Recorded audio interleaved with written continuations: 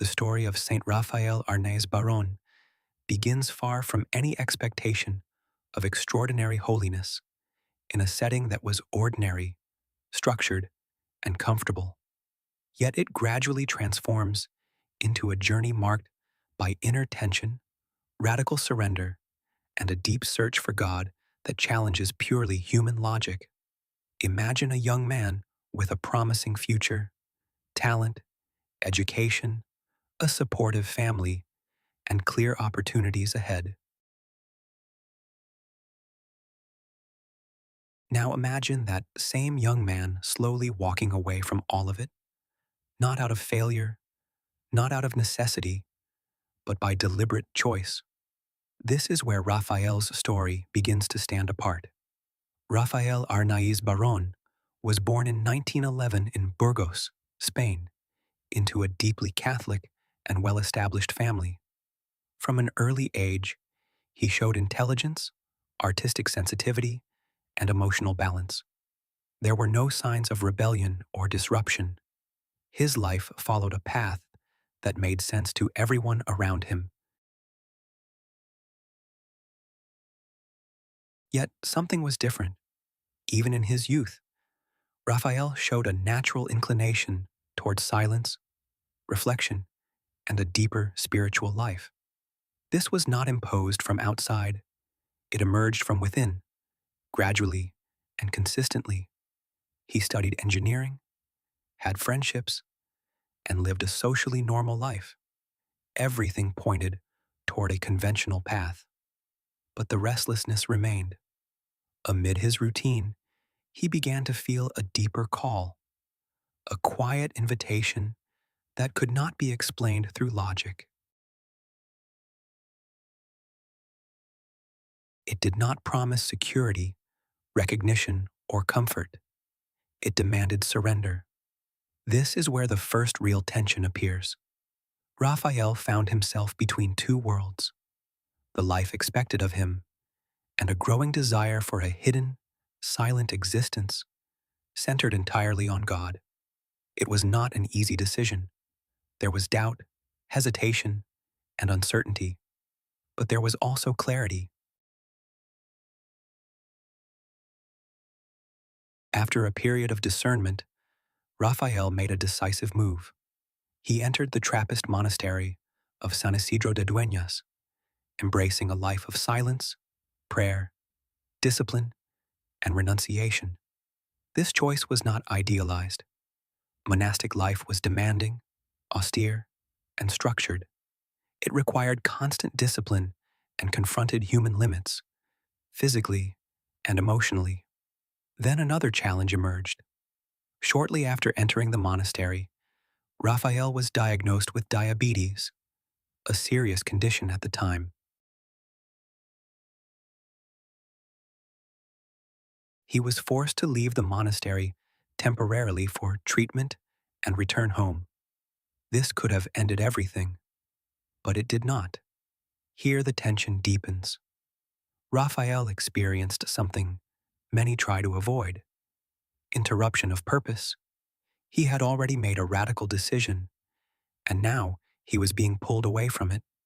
This could have led to frustration or abandonment. Instead, his response was different.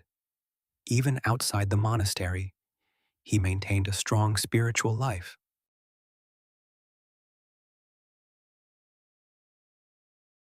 He continued writing, reflecting, and deepening his relationship with God. His writings from this period reveal remarkable clarity, simplicity, and maturity. He did not see illness as an obstacle. He saw it as part of the path.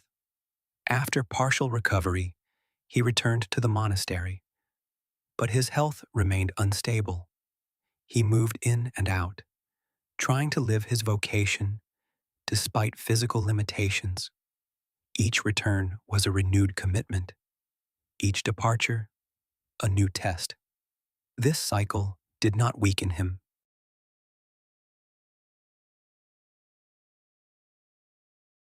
It strengthened him. His spirituality was not based on external stability, but on internal fidelity. He did not need perfect conditions. He needed consistency, and he remained consistent. His writings became one of his greatest legacies. They are not complex or academic. They are clear, sincere, and deeply human. He writes about surrender, trust, suffering, silence, and love in a way that is both accessible and profound. He did not seek recognition. He simply expressed what he lived.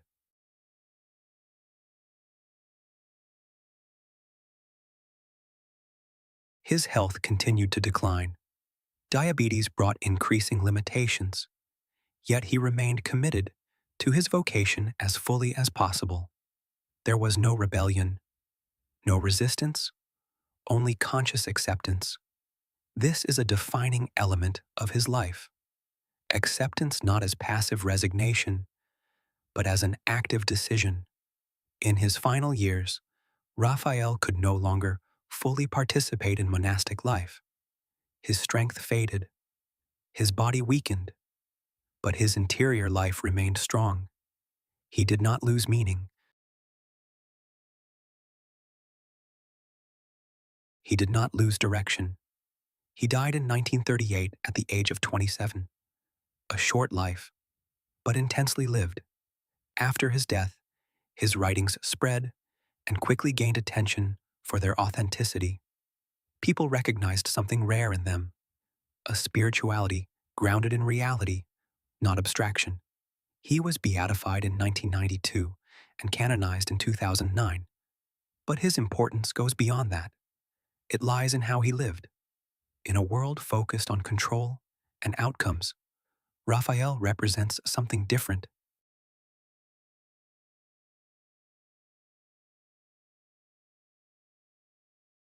He lived with uncertainty, limitation, and fragility, and found meaning within them. His story raises a direct question. What do you do when life does not go as planned? Raphael does not offer theory. He offers example. He did not build visible achievements or lead large movements, but he built something more difficult: consistency. Consistency between belief and action, between desire and acceptance, between calling and reality. That consistency sustains his story. And perhaps that is what makes it so relevant today. He did not win in conventional terms, but he remained. And that endurance is what defines his strength. If this story made you reflect, consider following the channel and leaving a like so this message can reach more people.